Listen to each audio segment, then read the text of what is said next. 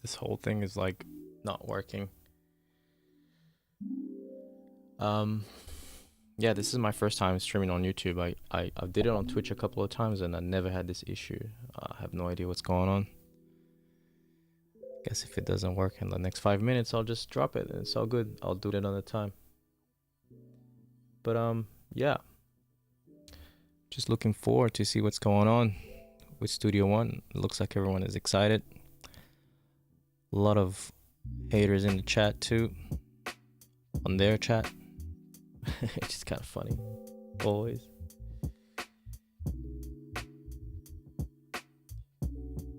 People making special requests and stuff.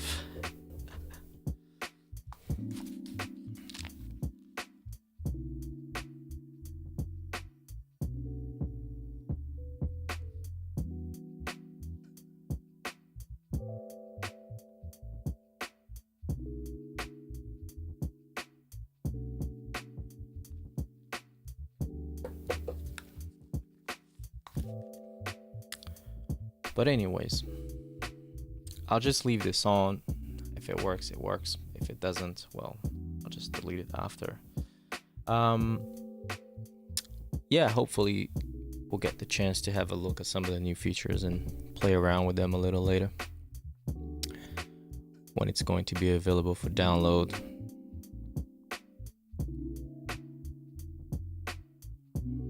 So we'll see that.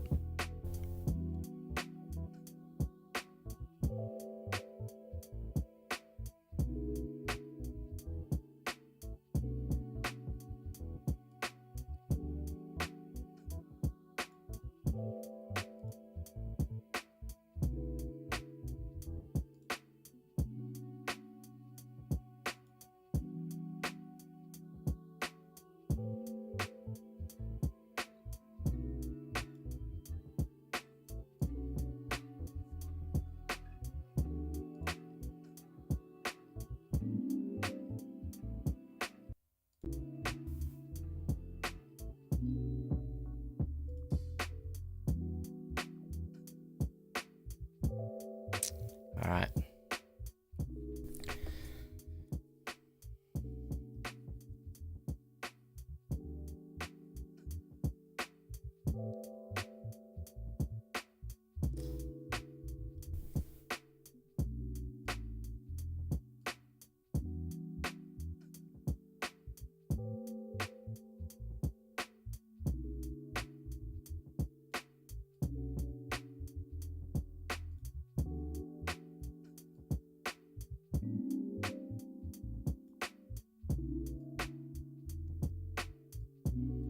But yes, bro. If you asked me before and I closed the chat, yeah, I'm having issues with the stream.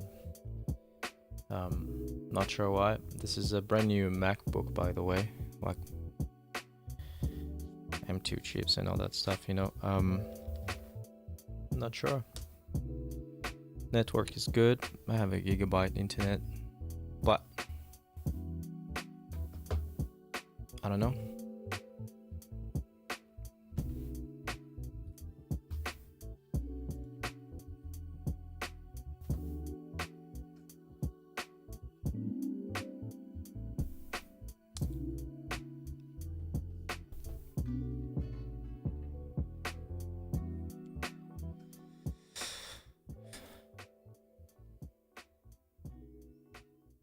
Remember if I have to refresh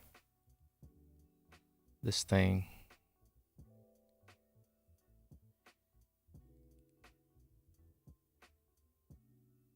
Or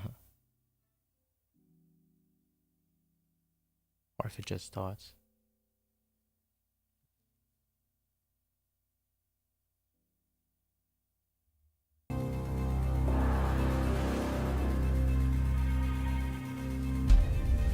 Let's go.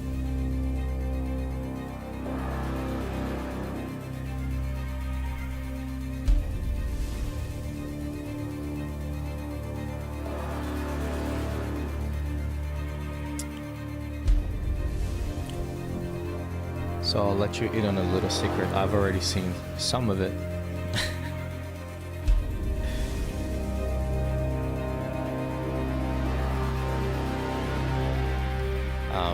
Some cool stuff, but not all of it, so I'm excited.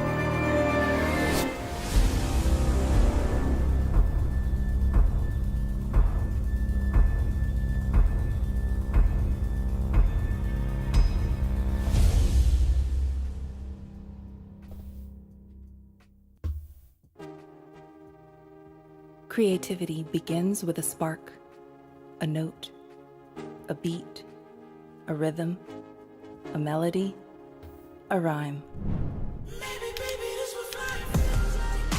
That's when the world vanishes and imagination explodes. Creativity begins with a word, an idea, a feeling, a sound, a tune.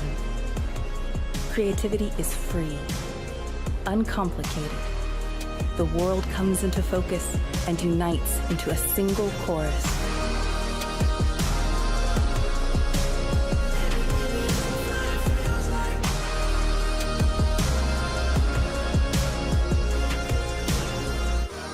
Creativity begins with connection.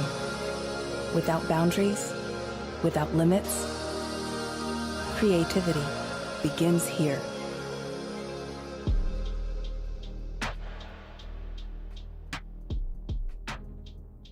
Okay. Hello everybody and welcome to our Hey, Greg. Presonus Studio 16 launch presentation. I couldn't be more excited to be here. My name is Gregor Bayerle, I'm a product specialist here at Presonus, and let's kick it off right away. Here's Studio 16. Gregor is an awesome dude, by the way.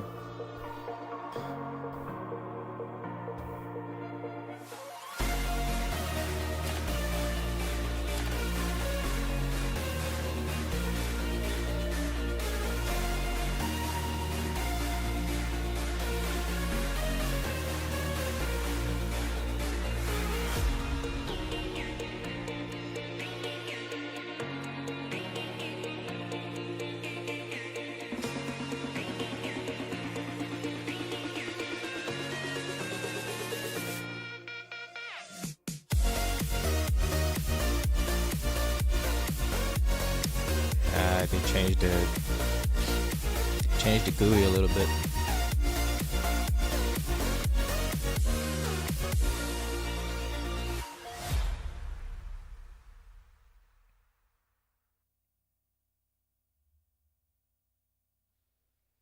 Hey, Joe Gilder here. Want to go over some improvements to the start page with Studio One version 6. First up, new organization features. The recent files list start page with Studio One version 6. First up, new organization features.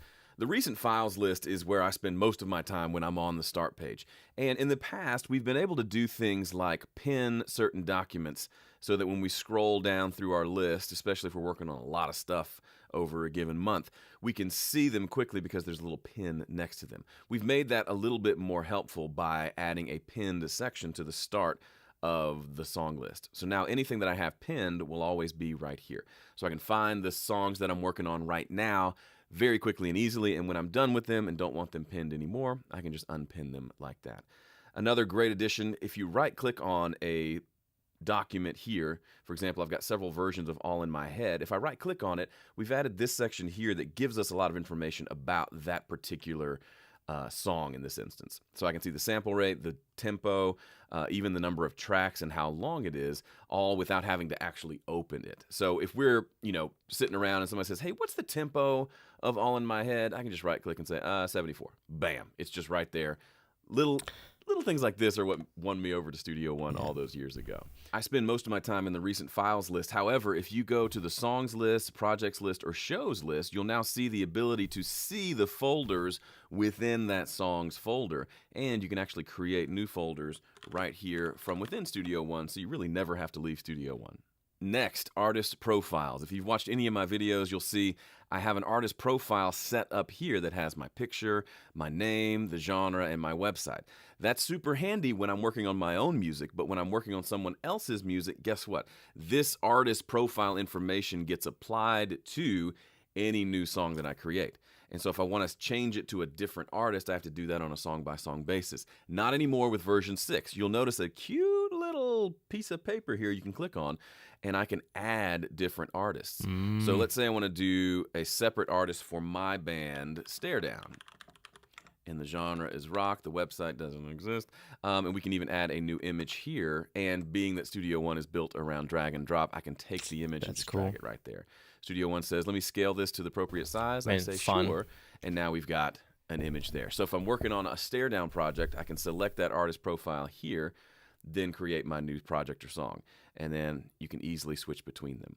Now, you may not want an artist profile here forever. Maybe it's a temporary project. A few months later, the project's done. You can remove that artist from this list to keep things nice and tidy. Up next, simplified installation workflow. If you've used Studio One for any length of time, you know we've had a couple of different menus for how to install things. We've now consolidated all of that inside of this one Studio One installation window. Now, anything that you own shows up here and is waiting for you to say, I want to install this, I want to install this, and it'll just automatically happen behind the scenes. This is especially helpful if you're a Sphere member because, as you might know, being a Sphere member entitles you to all of these extras. And if you're not sure which ones you have and which ones you don't, you can now access all of that right here within Studio One, including cool things like any demos and tutorial files that we have. So songs that we've put together for you to play around with and get to know Studio One. It's all right here in one window. You can install all of them or only the ones that you select. How to start a new song. You might notice up here on the top left-hand side, when you click on New, it gives you the option of lots of different things that you can start from here. So if you want to just record and mix a song, if you want to do mastering project, if you want to use the show page, you can now access and start all of those within these new templates that we've created for you. And as always, you can save your own templates and start from there as well. For example, if I want to master and release a new project, I can call this Cool New Project. And from within this window here, I can go ahead and drag the files that I want to master right here, and Studio One will create the whole thing. So let's go grab some, let's assume these weren't MP3s, but it'll actually work. I can drag those there. It'll say, sweet, those are the files that I'm going to bring in. I can say, ready, set, go. And Studio One, this new feature in version 6, will create the project. It'll also go ahead and import everything right away. Next, easily join Sphere workspaces. You may have noticed there is now a join button here on the start page. If you're a Presonus Sphere member, you have access to workspaces, which are places in the cloud where you can collaborate with other cool users that they've done that, on because I different use it a songs and lot. projects. And so if I click on this will log me into my Sphere account, and I can quickly access any workspaces that have been shared with me and add them here into Studio One. So for example, this padded cell workspace, I'm going to add this song here to my Studio One installation. It will automatically roll with downloading all the files that need to be on my computer to make that work, opens the folder, shows me where those are, and says, hey, everything is now here and waiting for you. Now, if I navigate to the Songs tab, I can see there is now a shared folder, and I can select those songs and open them right from here. There's much more to explore with version 6, but here are some of the highlights of the new and improved start page. One of the absolute highlights for me personally in Studio One 6 are the brand new plugin updates that we have, especially for Pro EQ, which comes in its newest iteration, Pro EQ 3. Pro EQ 3 is now finally a dynamic equalizer, which has some inherent advantages over the classic EQ and is sure to become indispensable to any mix engineer producer in no time. Let's take a look. So here from Studio One's browser, inside of the effects section, we find the Pro EQ and we just insert it onto the track by dragging and dropping in classic Studio One fashion. And now you'll notice this brand new dynamics button that we have here. And when you click on show, then you'll see these new parameters for each of the bands, except the low frequency and the high frequency cut. And those would be threshold and range. So before we had Pro EQ 3, you were only able to attenuate a frequency statically, like this. For example, let's say there's a peaking mid-range frequency, and the only way I can get that under control is by making the mid-range of the whole instrument dull overall. So I had to do that by hand. But now what you can do is click here on this little D to access dynamic mode, and then you can just set a threshold. This means that only when the level of that frequency range is exceeding a certain limit that you're setting, that's when the cello gets attenuated. So we can use it now to control peaks instead of making the cello dull overall to fix this problem.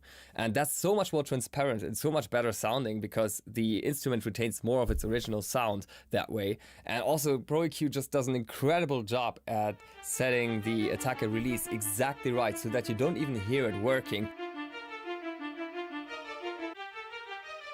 You just reap the benefits, which is more headroom to display other instruments that also need that frequency range better in the mix. I almost prefer using the dynamic EQ now over classic EQing 9 out of 10 times. And especially because the Pro EQ3 also features the sidechain function. This is kind of the secret sauce of all of my mixes. What this allows you to do is bring in a different instrument, like for example, I have this saxophone playing, and that doesn't really get through the cello, doesn't really cut through the mix. And instead of just making the saxophone louder, which would be the classic solution, I can go into the sidechain menu here and tell the Pro EQ that's currently sitting on the cello, hey, every time the saxophone comes in, please just attenuate the frequency range that the saxophone needs. And you can see every time that saxophone is playing,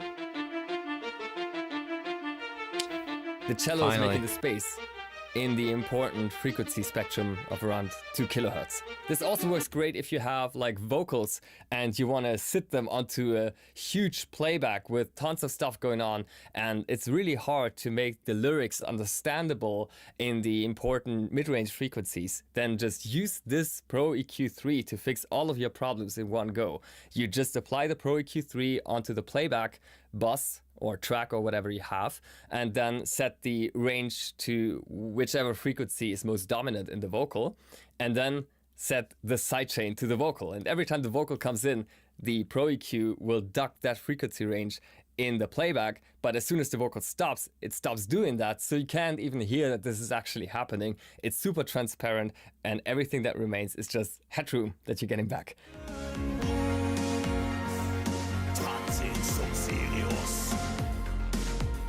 Another really nice addition to each of the frequency bands of Pro EQ3, except low and high cut, is the solo button right here. Click here on solo, find the problematic frequency, and then just attenuate it with the classic method.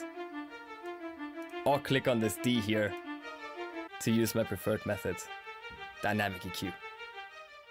One of the brand new plugin additions in Studio One 6 is a dedicated de-esser, which uses the same principle as the dynamic EQ that we looked at already, but is specialized on attenuating these very sharp frequencies like S or like these crash cymbals that you have sitting in the upper frequency spectrum. It does a great job at that, it's super transparent. Let's take a listen. So I have a drum loop going on here that has a very sharp crash happening right here. And I'd like to get that a little bit under control without making the drum loop more dull overall. So I just go up here to a brand new de-esser plugin in the Studio One browser, drag and drop that onto the track. And here we have a couple of controls. So the frequency control allows us to set a range from 2 kilohertz and up all the way to 12 kilohertz and up. And this is the range that we're going to attenuate to make the higher frequencies sound less sharp in our ear. There's two controls here that help us set that frequency just right. The first one is a listen button. This allows us to audition the frequency range overall on which the de-esser is currently working. And solo really just lets us listen to what the de-esser is currently taking out of the drum loop. So ideally, we would set that in a way that we're only hearing frequencies that we don't want to hear afterward anymore. We can also select a shape wide or narrow. Wide is probably going to sound a bit more musical because it's more gentle, but narrow is more surgical if you know exactly where the problem frequency resides.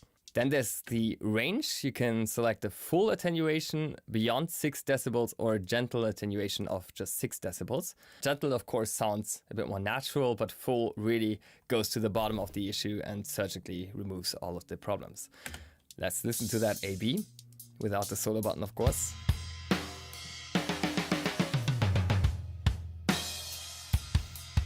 This is with the de-esser. And this without, you can hear, so sharp. I definitely prefer it with the de-esser. It's just great to hear how transparent it is, that it's really just touching the problematic frequencies and everything else sounds just as high fidelity as it did before. One of the most popular feature requests in Studio One was the addition of a vocoder, and we've added sidechain input for instruments so that you can use any of the vocoders that you already have as virtual instruments in Studio One. But we've also added our very own take on a vocoder inside of the effects section of Studio One's browser. It's a super versatile tool that you can use on its own, on any kind of drum loop, for instance, or vocal, and you can also modulate it from a synthesizer or any virtual instrument on another track. So I have the vocoder here already inserted onto my track. You can do so once again by dragging and dropping from Studio One's browser. And when you open it up, it has that super nice Kraftwerk style look to it. I just love it. And I just went ahead here and inserted the vocoder onto an audio track where I currently have a hip hop drum loop. So this is the drum loop without the vocoder on it. And this is with the vocoder. It's almost like a saturation. It sounds super great. You can use this patch matrix here to shape the frequency response of the loop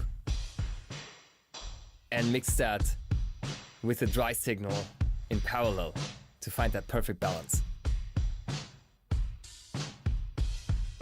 But that's not where the fun stops. You can also click on the sidechain button here and bring in the signal of a different instrument like my Thai.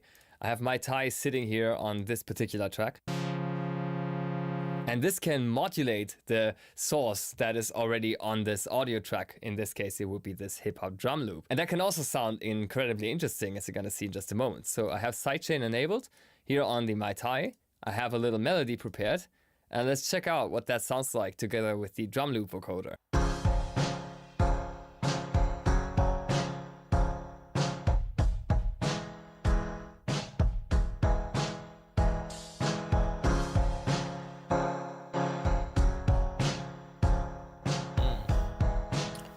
That could be cool.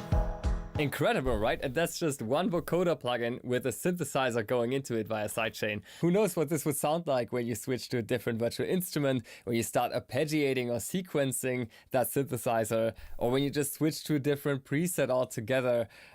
Incredible, the amount of opportunities. This is gonna be a never-ending source of sound design. The popular autofilter plugin also received a nice little overhaul. It's now possible to set independent attack and release times on the envelope follower. This can have a great effect on the sound and gives you more control over the modulation overall. You can do so by clicking on auto, and now you're able to set the attack and release of the follower separate.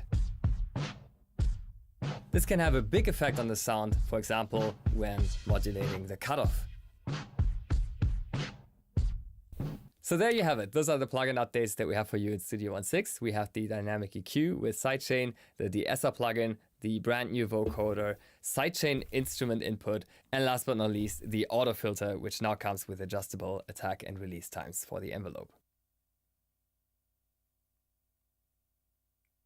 Joe here. Let's check out some of the new mixer features in Studio One version 6. Up first, fader flip. If you've ever used a digital console, the idea of fader flip might be familiar to you. Here's a mix, and here are some channels here, and I've got these, they all have sends on them going to my plate reverb.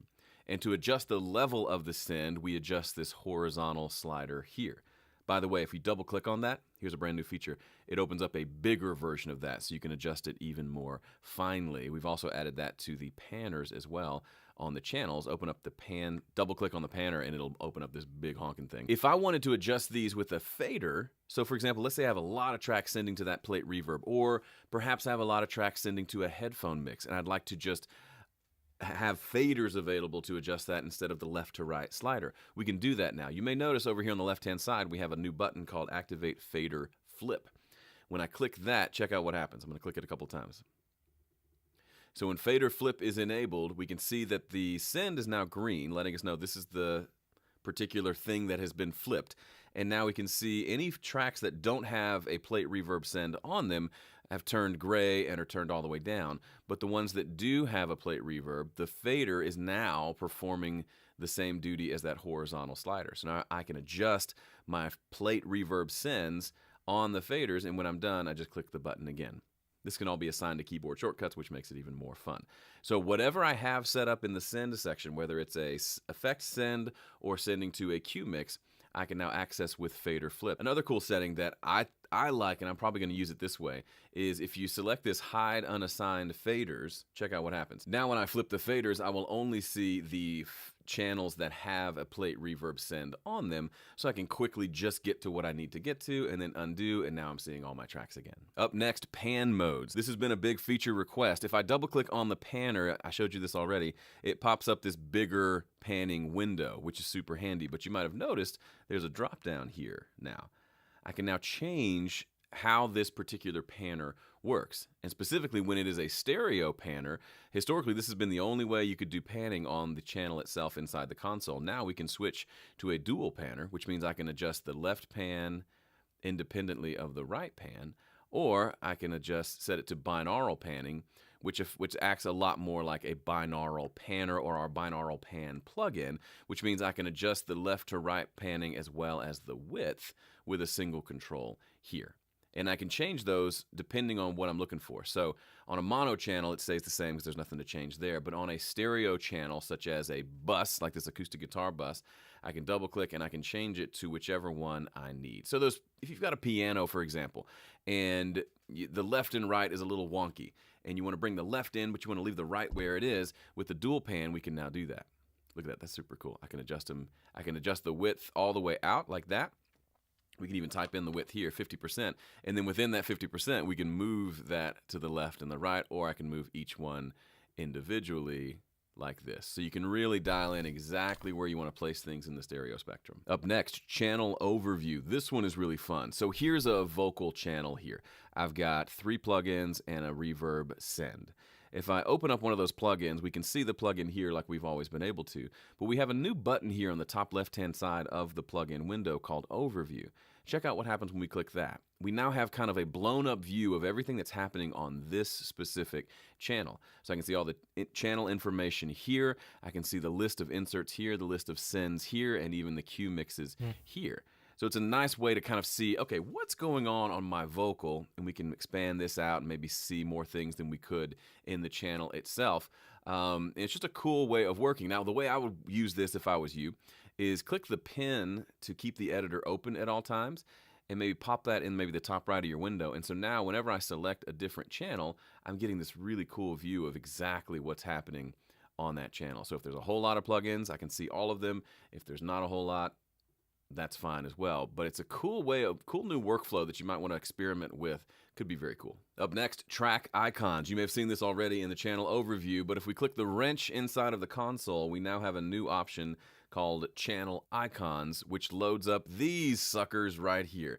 So we can now, by just clicking down here, we have a whole host of icons to choose from. They're organized in categories. So if I've got a guitar I don't think here, I've ever throw used a this, different acoustic like, on that one. We've got keyboard, anywhere. we've got vocals, lots of cool I get where icons, which people lets you want just this, though. visually kind of see Like- what's like a happening quick visual in your feedback, mix session. And guess what? You can actually do this over in the arranger as well. We can show track icons here, and now I can add in all my favorite guitar icons and whatever I want. Super fun. Third-party plugin micro views. One of my favorite features in Studio One has been for years the ability to single-click on a plugin and see what's happening with that plugin visually without having to open up the full plugin window. Unfortunately, that's only worked with Studio One plugins like Pro EQ, VT1, things like that. We've now added the ability to add some parameters to this feature, even if they're third-party plugins. So for example, if I drag this limiter here, and I single click on it, this is not a Studio One or Presonus plugin, I can now see different parameters here that I can adjust. Cool. So it becomes a really cool workflow piece. If I use the same couple of third-party plugins and I know which parameters I want to adjust, I can just come in here and make adjustments to that plugin without having to open the full thing. And that shows up here in the channel overview. It also shows up in the main view as well. We can see those same parameters there. Obviously, this combined with the new channel overview feature is super handy because I've got more kind of screen real estate to deal with this. So I could have all my favorite parameters lined up here, and I can make all my adjustments without having to ever change windows, which imagine how that could speed up your workflow. Now, plugins have lots of different parameters available to them. There may be some that you want to see, some that you never want to see. We give you that option as well. If you right-click and choose Set Up Micro Edit Parameters, we can now say, here are all the parameters available. Holy smokes. Yes, sir. Here are the ones that are going to show up. And then we can just add and remove whichever ones we want. So maybe I don't want to adjust the style, but I do want to adjust It'd be nice if you could noise shaping assign feature. I like can add that MIDI here. We can put them in whatever controls order we from want, there and then that's too. what will show up here. So really, I mean, think of your favorite plugins. You can customize this to your heart's content, and this will show you the top 5 parameters that you choose. Track presets. I've got a blank session here because I want to show this to you. If I click the Add Tracks button, you'll see this window. It looks familiar, but there's a new button down here called Load Track Preset. Check this out. Let's say I want to load the drum kit track preset. I say OK, and look what happens. Studio One didn't just add a single channel. It added a bunch of channels and a folder and a bus and an effects send. Check it out. I've got my bus here for my drum kit. I've got all these channels for my individual pieces of the kit, and then some of these have reverb sends on them already going to this drum room plugin, and I did all of that. I don't know how with they one do click. that. So like if you the have certain presets on combinations of Presonus tracks that you on use Studio One are with always certain like plugins, certain crazy. arrangement, Like, even a they certain always have folder all and the routing, functions. you can save all of that as a track preset and bring that into a session. No longer do you have to go find a session that you've done before and then import that song data. You can actually save all of that as a set track preset and then bring that in. This is a great way of, maybe you don't want to do a full template, but you do have like things that you do on a regular basis. Someone sends you a song and you want to add in your own collection of tracks that you always use. This is a mixers great are way to gonna bring love those this. in instantly. There's more stuff under the hood, but that gives you a good overview of some of the new stuff we've added to the mixer in version 6. Working with video has become an integral part of many different audio production workflows and is no longer limited to composers and producers working for film and television. Artists, bands, producers, and songwriters are at the same time video content creators now who need to produce content to promote their work either on social media or on their artist websites. And that's why Studio One 6 has such a strong focus on video with a brand new and reworked video track featuring many of the great workflows that you know and love from Studio One. To demonstrate all this, let me go ahead and click on New here on Studio One Start page and then go to the Create Content Smart Template, which is fantastic because you can see that this will automatically hide the instrument browser, for example, which I don't need if I'm working just with audio and video content. And it also comes with a great sounding podcast and content creation channel strip that is already configured and ready to record. Here inside of the Global Track Controls menu bar in Studio One, locate the new video button and click to open it up. If you don't see that because your track list might not be wide enough, then just select video from this pop-up menu right here. While video support in previous versions of Studio One Professional had been limited to a floating video window, the new video track provides a far more intuitive video workflow based on many of the familiar drag and drop workflows that you know and love from audio and instrument tracks. Video clips are added to the timeline by simply dragging the video file anywhere onto the global video track. Finding the correct starting position or offset for your video track is super easy. You can just move it around on the timeline just like any other event. Or you can also use the familiar nudge commands in Studio One. On a Mac, that would be Command and left right arrow, or on Windows, Control and left right arrow. Thumbnails for the video track are generated automatically and are easy to navigate right after importing the video file. The new video track can hold an unlimited amount of video clips, so not just one like before, making it easy to work on multiple reels of a feature film, for instance, inside of a single session. Most of the Studio One edit commands that you know from audio and instrument tracks work on the video track as well. This includes trimming, cutting, copying and pasting, slip edit, which is great if you don't want to move the event container, just the content inside, time and edit logs to prevent any accidental changes, ripple edit, which makes the different events snap onto each other kind of magnetically as you're deleting something, for instance, duplicate with the famous D key, or replace, which you can do just like replacing a sample now in Studio One by holding down Option on a Mac or Alt on Windows as you're dragging a file onto the old file. This is useful if you want to keep the edits, the timecode positions, and everything the same as you're working on a video. You really just want to update to the latest version of it. When working with video, it's also important to make sure that the song frame rate matches the frame rate of the imported video so that you can time your audio to the frames. And Studio One 6 offers several options to match the frame rate of video and song. You can either right-click here to get the context menu of the video track controls and select Use Video Frame Rate in Timeline, which is also available as a keyboard shortcut, by the way. Or you can set this directly in the song setup dialog by clicking from video next to the frame rate value field. This will automatically gather the frame rate from the video file, so you don't even need to know it or look it up anymore. To match the song's frame rate automatically when a video clip is imported next time, then just go to Preferences, Advanced, Video, and check Set Song Frame Rate to Video Frame Rate on Import Video File. And that's it. Set and forget. So there you have it. That's the new video track, which is perfect to create some content for YouTube, for Reels and so forth, but it also comes in helpful as you're scoring a composition for film. In the past, this has been my vocal recording workflow. I put Studio One over on the left-hand side of the screen. I open up my Notes app on the right-hand side of the screen so I can see my lyrics while I record. It's a clunky workflow that we've solved with version 6, introducing the new lyric track in Studio One.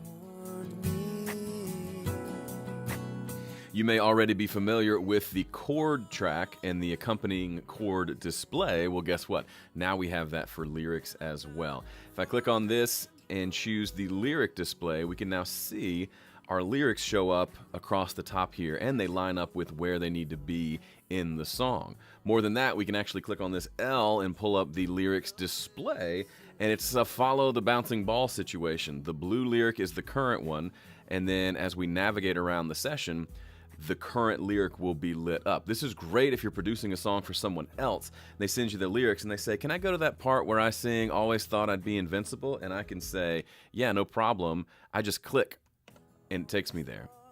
No, take me to the second chorus. Oh, okay. Or maybe let's go to the second verse. So now the lyrics display can be a way to navigate the session. Super handy, especially if you're not the one who wrote the song and it's someone else's lyrics. Lyrics editor. Within the lyrics display, if we click on the pencil here, we can go into edit mode, which basically allows us to copy and paste our lyrics into the song, and then we can adjust where they show up here on the timeline. So for example, this first line happens at bar 7, but if it was supposed to be bar 8, I can just press space bar and it will move it over. And we can continue all the way down to line up our lyrics with the exact right position in the song. Lyrics on instruments. In addition to the global lyrics display, we can have lyrics assigned to specific instruments. For example, the soprano solo in this piece has these lyrics. And they show up here in the lyrics display, but they also show up here. If we double click on the event, we can see the lyrics down here tied to the MIDI notes for this part. And I'll do you one better. If we switch over to score view, we now have a beautiful musical layout of this part that we could, for example, print out for the musician who's coming over to record this vocal today. I foresee a lot of people getting a lot of mileage out of this lyric track. From its humble beginnings more than 10 years ago, Studio One has truly come a long way as a software and has become more and more powerful with every new version as we added more and more exciting features. But due to the complexity of many of these features added, Studio One has also become potentially a software that became more and more difficult to learn, and the barrier of entry for new users became higher and higher. That is what we're trying to combat with an exciting new approach to music making and content creation in version 6 with smart templates. You find the smart templates inside our Studio One start page by clicking on New, and I'm going to show several of these smart templates throughout my presentation here. I'm going to feature the Produce Beats template, but also the Create Content template, which all set up Studio One in completely different ways, as you're going to see. But what I especially enjoy is that smart templates approach Studio One from a different premise, from a question: what do you want to do today? So if I'm saying I just want to record a couple of audio tracks, or maybe I just want to play a single instrument, I just have a melody idea and I need to record it as fast as possible before it's gone, then just select the Play Now template, choose the instrument that you want to play. So in my case, I'm going to go for the synthesizer, hit OK, and start playing. You have a synthesizer right here ready to play for you. So without any additional barriers, you can just start recording right away. It just takes one click onto this red button here and you're good to go, right? But more than that, smart templates also come with tutorials that highlight different areas of Studio One that are going to be relevant for the task at hand. And you can just follow along step by step. It also teaches you, in this case, for instance, how you can assign hardware controls to a plugin to start controlling it from a MIDI controller. And if you're more experienced in Studio One, you'll also notice, this is my favorite part actually, it has hidden a couple of user interface icons and menu buttons from View that are not relevant for what you're currently trying to do. This is made possible through the amazing new customization editor available to us in Studio One 6, not just in smart templates, but in any kind of Studio One songs. Let's say that I'm just doing audio post-production today, so I don't need to see anything related to MIDI, virtual instruments, and so forth. Well, then I'll just go to View, Customization, Edit Customization, and switch to Audio Editing. And notice that has just hidden quite a few buttons from View, and we can go even further than that. We could say, why would I need to see the instrument section here of Studio One's browser when I'm working just with audio? Why would I need to see MIDI monitor activity in the transport bar?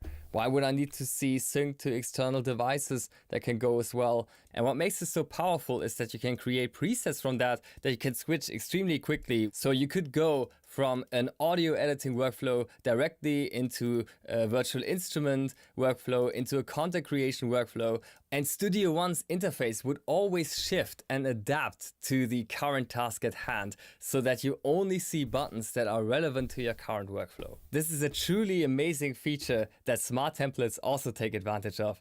And now, without any further ado, I want to show you one of my favorite smart templates in action, Produce Beats. So right away, when you open up Studio One 6, this is what you see. And you just click on New here on the start page and then select Produce Beats. Give that a name, like Make a Beat, and open it up by clicking OK. Now, when you open the template, you get this tutorial here that will guide you through all of the important steps. But I'm also going to guide you through in this video here, so just follow along with me. This template comes with 3 virtual instruments covering drums, bass line, and chord/arpeggio synthesizers. So this would be already enough to get some kind of an electronic beat, maybe a techno beat going. And yeah, let me just show you how easy it is to get started. So here we already have the step sequencer open. And we can hear and audition the different sounds available by simply clicking on them here in the pattern editor. Once we've selected the kick drum, for instance, we can just click here where it says set every 4th step to get a 4/4 kick drum happening right away. And to audition that, you just hit play by hitting the spacebar on your keyboard. Once that beat is playing, you can just add a snare by simply clicking wherever you want to place them. You can also just draw in a couple of hi-hats like that.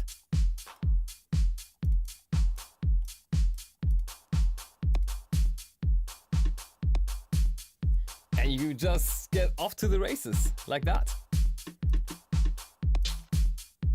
Now, one thing I especially enjoy is setting a different step amount for one of the sounds that we have playing in our pattern. You can set different step lengths or step amounts for each of the individual sounds available in the pattern. And to do so, you just click here where it says 16 with a left click on your mouse and change that to, for example, 5. Now you see that this particular sound would now only loop for 5 steps and starting over, while everything else keeps playing 16 steps and playing over. So basically, this sound will always play at a different point in time with everything else. And this can create some incredibly interesting polyrhythms, for instance. So let's just try this and set a step here on step number 3.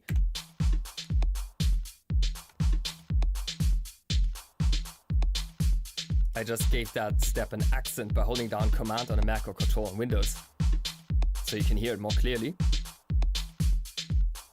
And that already gets so much more life into the beat, right? Now we can click here on the automation lane panel and adjust, for example, the probability that this percussion hit here is actually playing to maybe 50% or something like that. Now you can't predict anymore at what point this starts happening. And you immediately get tons of variation in your pattern. Another really cool thing we can do is adjust the amount of re-triggers per step. So we could once again select this stick percussion here and then go to the repeat panel right here. If I set that to 1, for instance, then this 16th note would re-trigger once again within the 16th note. So you can also get really glitchy with that. Can be great for trap hi-hats, for instance. Let's just see what this would sound like. And then it's just great to add a couple of steps randomly by just clicking around. You'd be surprised how great that starts sounding.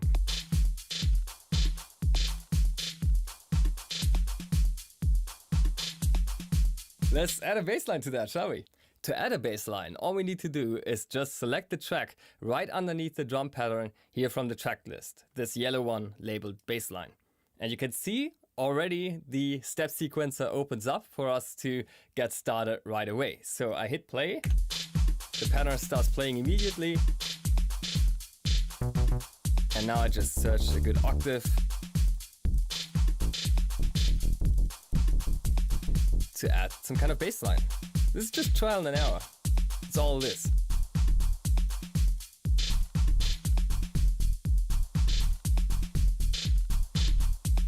And of course, we can once again work with probabilities.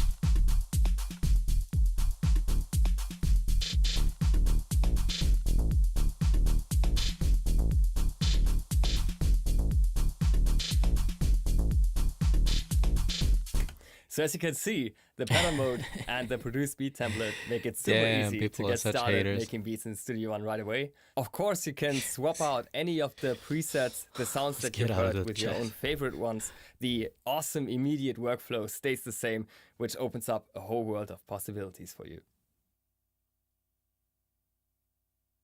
Presonus Sphere also has some exciting new updates with the launch of Studio One 6. Presonus Sphere users benefit from new collaboration features in Studio One 6.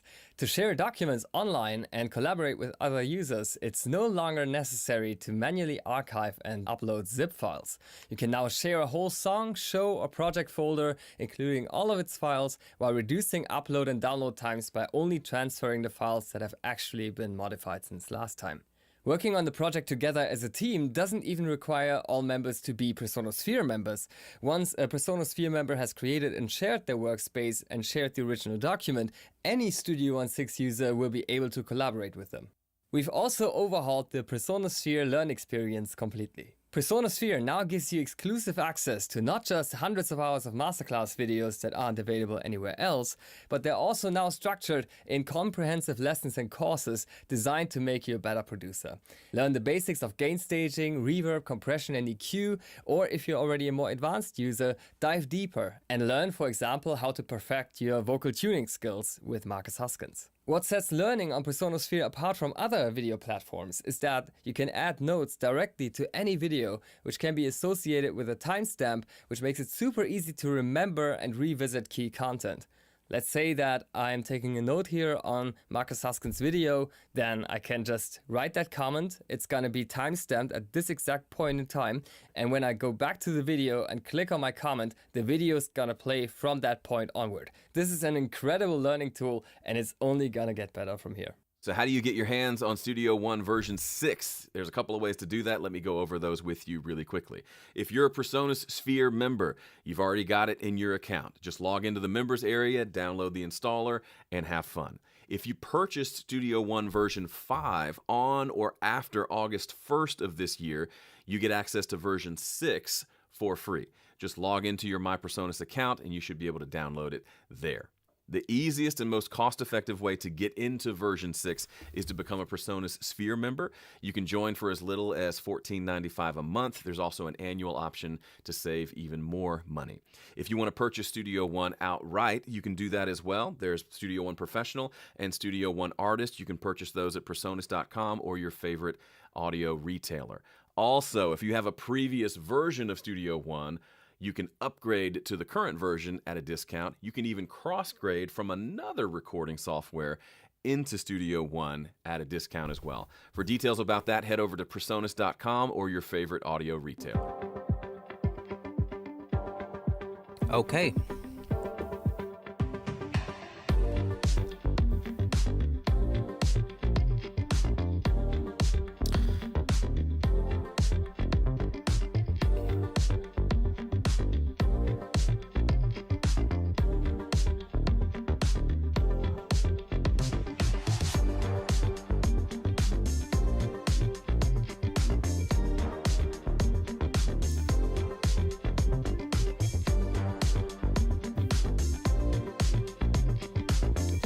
See, the thing is this, and this is my opinion, I guess, but people have the expectation to get like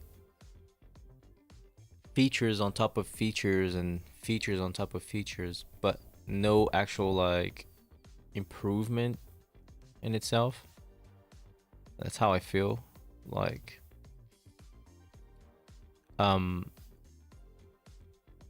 you know, for me, Studio One is super stable and reliable and shit like that. So, and I know that what they're doing, like under the hood, will always be focused on that as well, like making it the most reliable and functional software possible.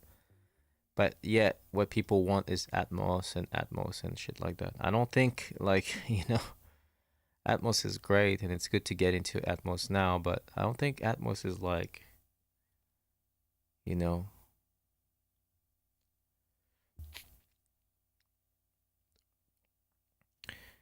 and when they do these videos, they only show the things that, you know, are kind of like flashy like that because that's what people want. But if you look at, I'm sure that if you look at the update notes, the list is going to be huge of shit that they have fixed, you know. Anyways, let's see if we can download it and mess around with it, or at least try to open an old project.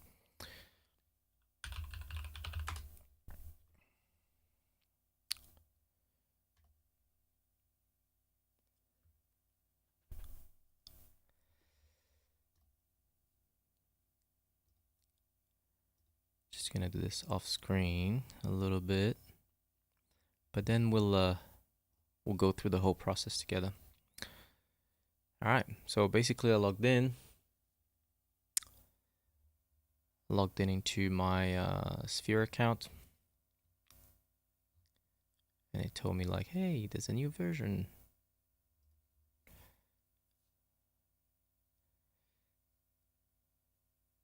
Boom, boom, boom. It's cool.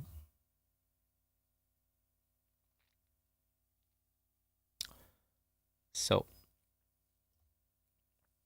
let's download it.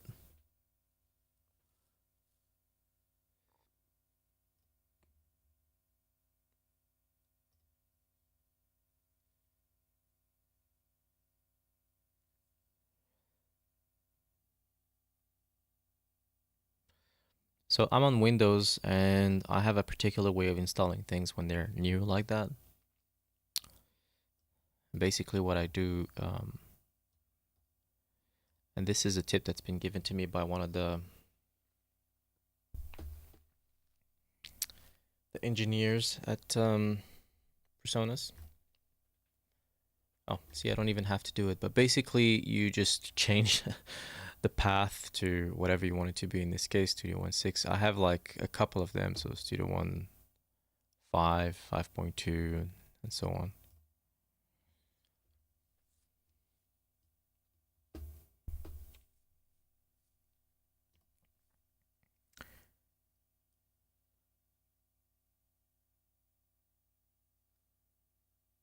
So no upgrade price for the old user of Studio One 5 Professional. Well, they said that if you bought it this year, you get the upgrade for free. If you have it for a little while, there is a discount for like people who already have the previous versions.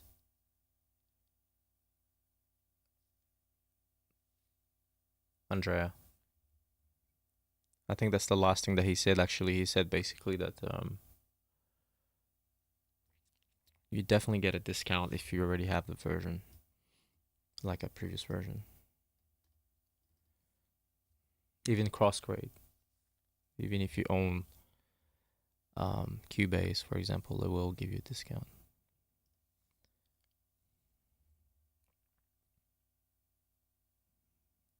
All right. First boot. Scanning my plugins. I have a bunch of them, so this might take a minute.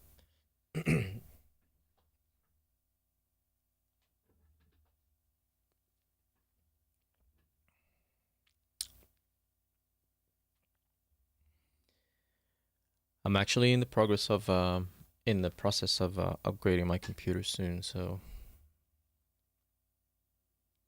I'm just waiting for Intel to announce the i9-13900K, or at least to release it. And I do also use a MacBook Pro M2 somewhere. But yeah, definitely more of a Windows guy. Just a little bit faster.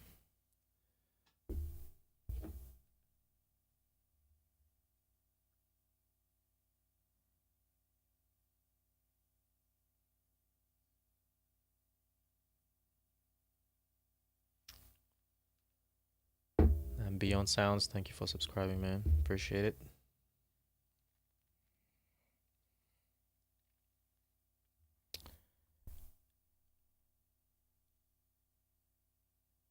All right.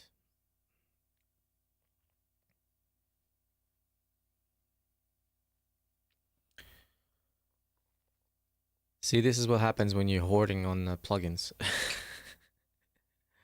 And this is why I'm happy that they announced these standalone, I mean, not standalone, but like integrated plugins with Studio One. So little by little, you're going to be able to eliminate all these third-party plugins that just chug in on your memory and take hours to turn on. And also because you just get used to like just collecting those things, you know? Like I have like 4 different type of SSL channels, which can be cool, you know, for specific things, but I think it's a better idea to just,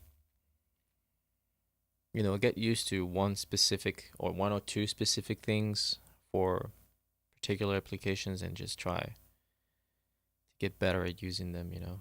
Like imagine like back in the days when you would buy an SSL, that would be the only thing that you would have, like one set of EQs, like that's all you would use. Then you would buy a couple of external pieces of gear, but it would be like absurd the price it costs.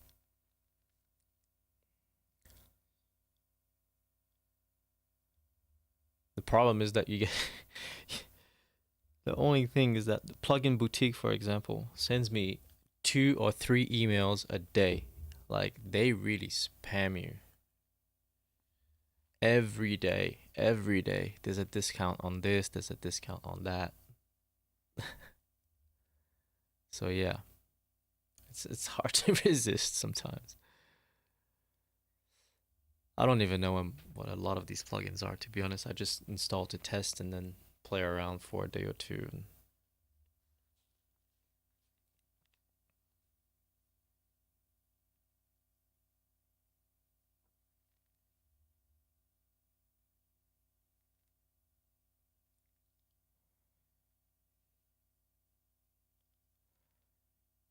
So the first thing I'm gonna do once this is done, and just to clarify this, it's not always that slow. It's just a building database now. And I have a bunch of things that obviously are giving me this, which I'm gonna have to redo at some point. But what I want to try is to see if it saves all my previous parameters from Studio 1.5, and if I can just open just a node project, see if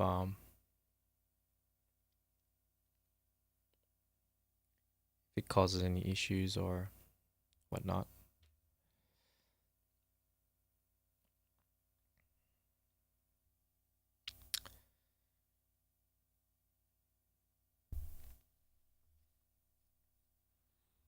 Probably, if I have to say, the one thing that I would have liked to see that they didn't actually talk about is definitely something quite silly, but more like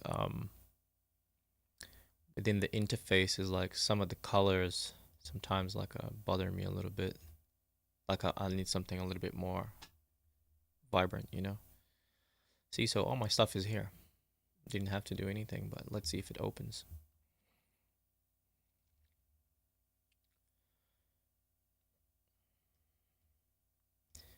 So this project might be kind of slow too, because this is something that I was mixing. So there's like a bunch of like routing stuff going on here. No errors, which is great. And I have the mixer here at the bottom. You can't see it, but it's on the other window. And some of the channels. A bunch of weird side chaining and stuff like that, because when I do this on the fly, I don't really do it the correct way, to be honest with you. Like I'm starting to change it a little bit, as in I'm building more buses and stuff like that, but yeah, I was definitely not doing that enough before. But yeah, let's see if it works.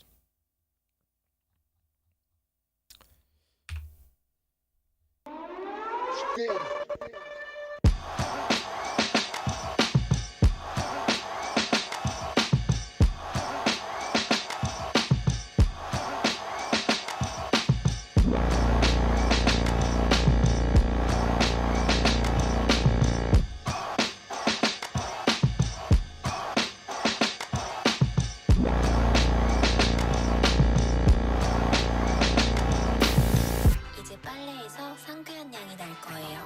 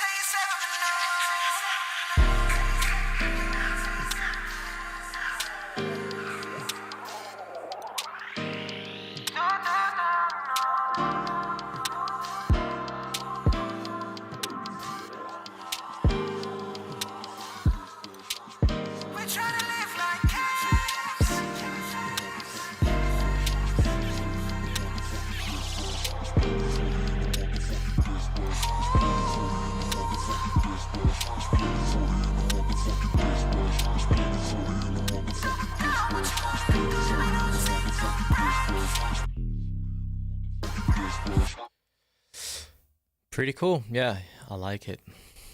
Everything works. It's clean. I like the way that this is looking now. It's a lot cleaner. Like all these buttons and stuff look much better now too. I want to try this vocoder thing. Let's see if we can find it. Is it an effect or is it a I'm assuming that it's an effect. Let's have a look.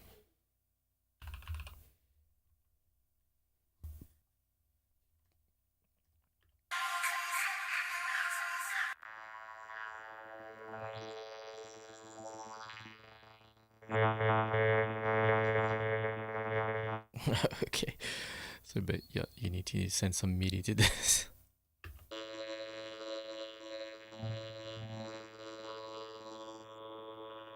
Is there any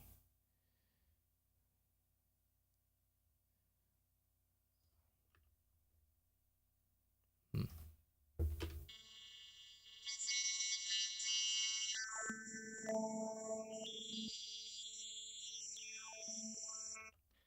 Interesting. I think I have to spend some time with this and play around, you know, like send some MIDI and yeah. Do something cool with it, I guess.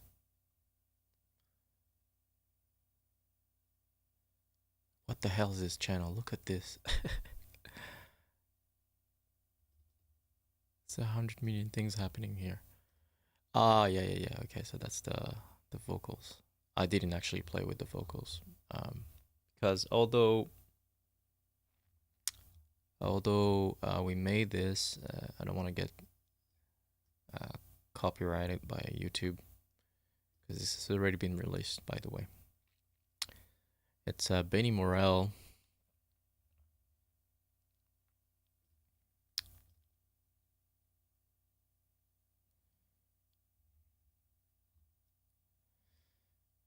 Let's try something else.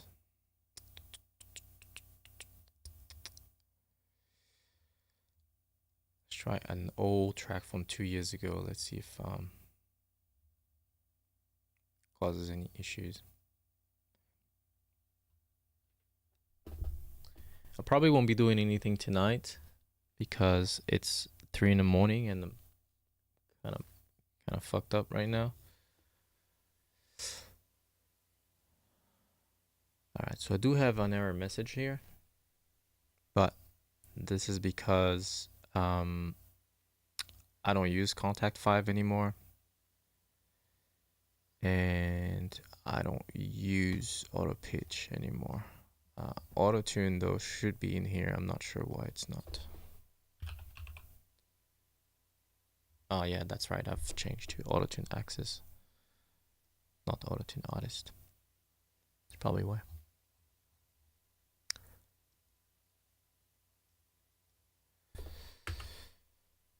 But let's check what's not working. Auto pitch, auto tune, trans wide. And actually, I don't think I've ever really used this plugin. It's just messing around.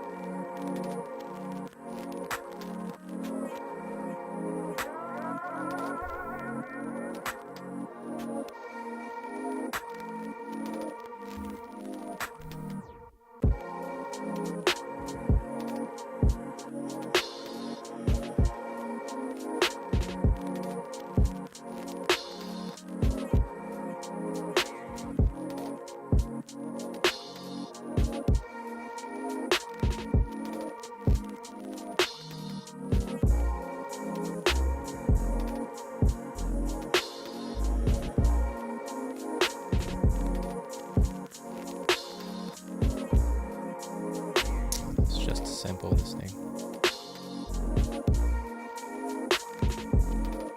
Okay, they changed the look of this as well. This looks a little bit neater.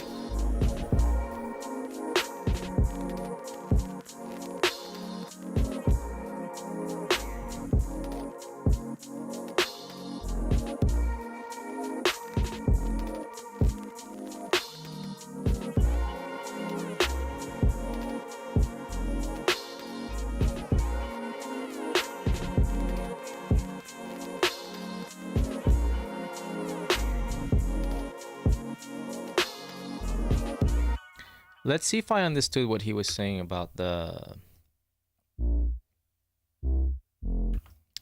Pro EQ, sorry. The Pro EQ. So if we sidechain it to the kick, send.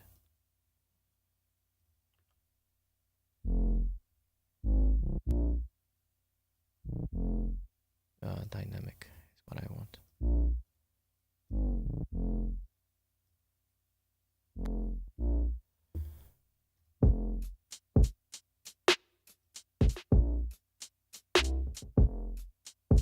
Yeah, it works.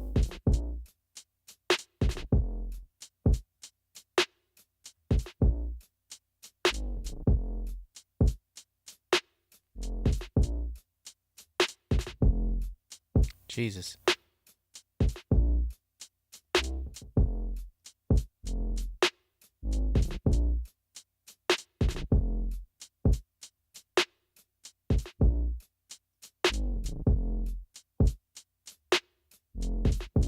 Is the color actually matching? No, it's not. Okay. I thought the color would be yellow for the kick, for example, because it's the same color here. Okay. Guess that works too. Doesn't really matter.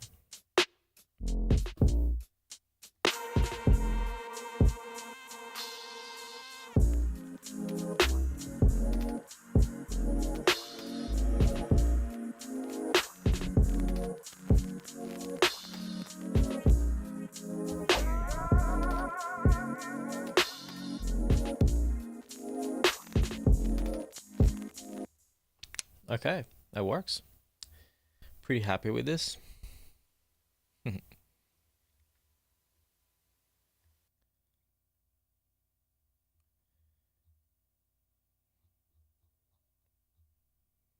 try one more.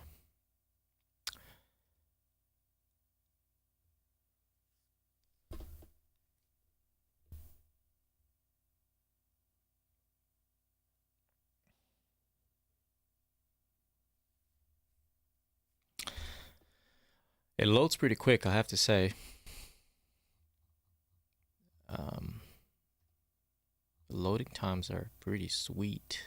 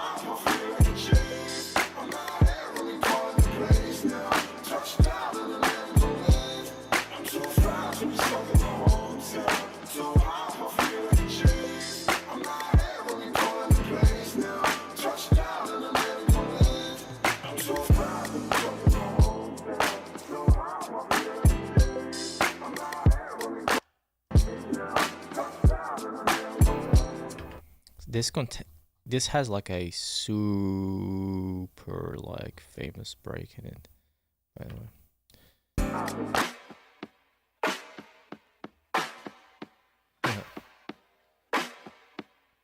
It's just hidden somewhere in there.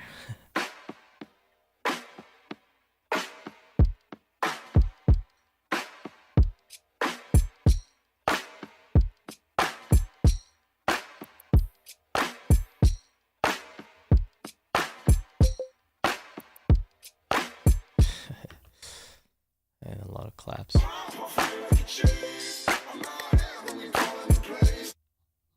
Anyways, yeah, I'm excited. I'm excited to make some beats, but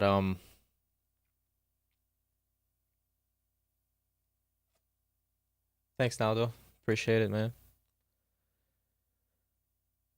Thank you so much. Yeah, this is just beats that I worked on with my partner Adzi for an EP that we released this year. I'm just testing it. I'm just testing out the software, man. Really, I'm just like opening old projects and just having a look, see if it's working. Haven't had any issues so far.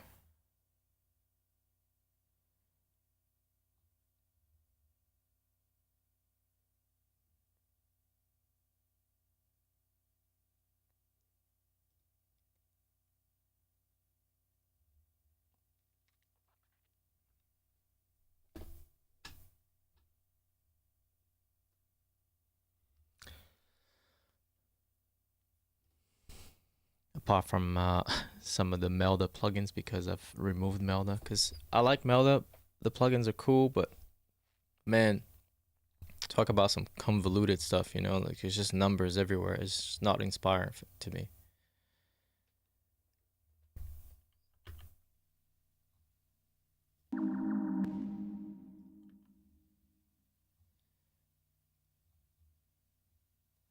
I'm looking for stuff that has a little bit more meaty into it as well, because I want to play around. I want to hear. And I take back what I said before about the colors. Like, the colors are definitely different. It's definitely a little bit more like pastel looking, like not as crazy as before. There was a particular shade of green that I kind of really disliked before.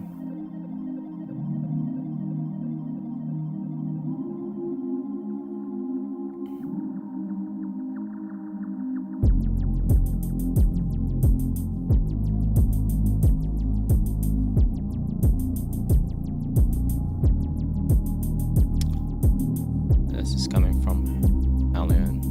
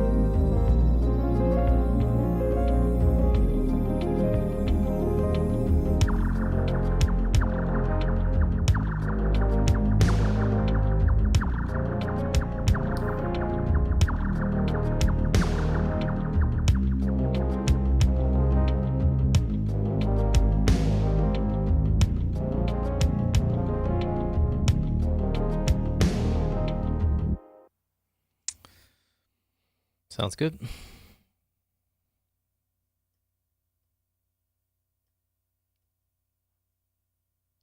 I love the look of the new mixer. It looks so clean. I was really looking forward for them to like do something new with the mixer, because I mean, I've liked the way it was before, but as I said, there was sometimes the colors were a little bit strange. Like even if you customize it, it couldn't find the exact color that I wanted. And I feel like by default now it's just good. Like it's not harsh or anything, you know.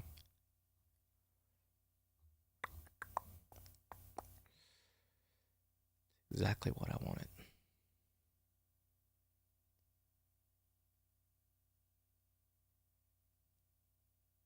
Pressure gray.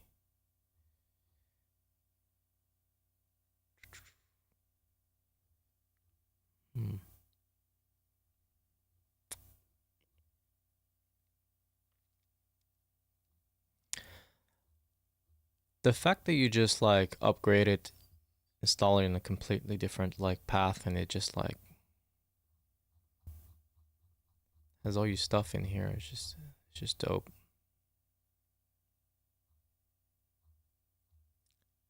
That's really dope.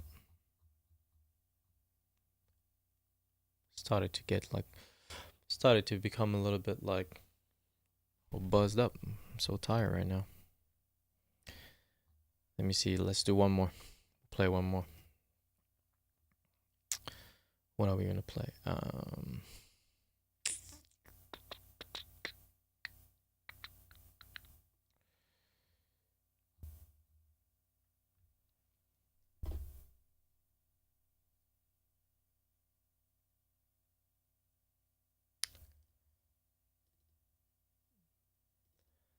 Let's do some more like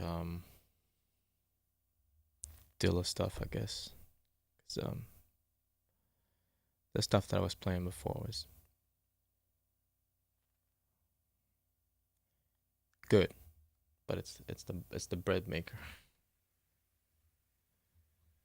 This ain't the bread maker.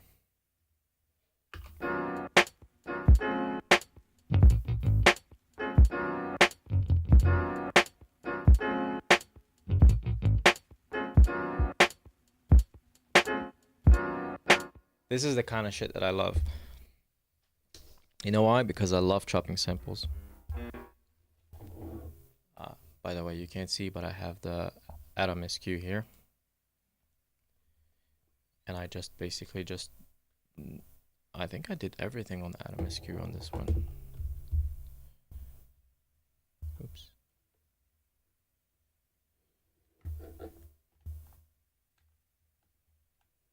I think I pulled the cable when I lifted it.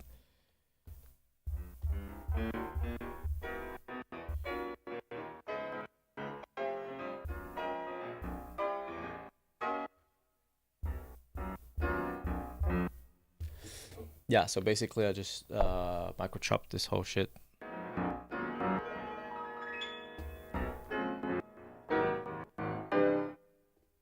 And just like play it like pretty randomly.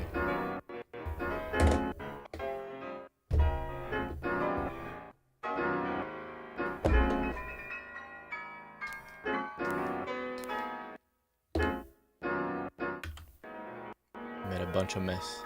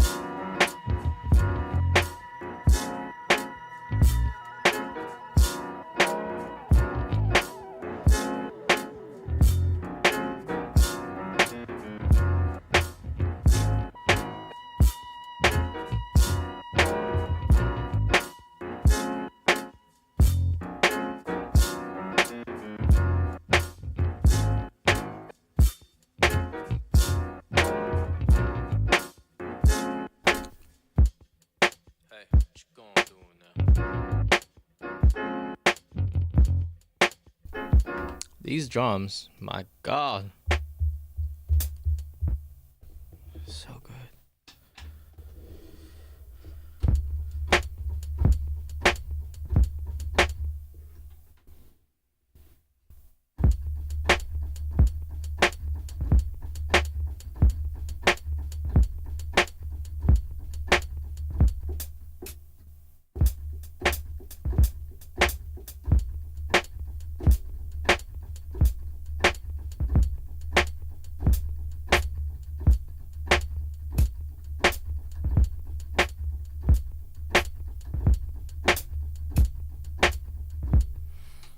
So good.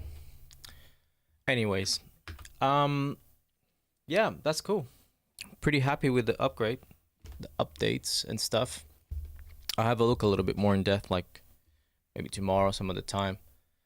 But for now, I gotta go to bed, man. It's like 3 in the morning. I'm just not cut for this shit anymore.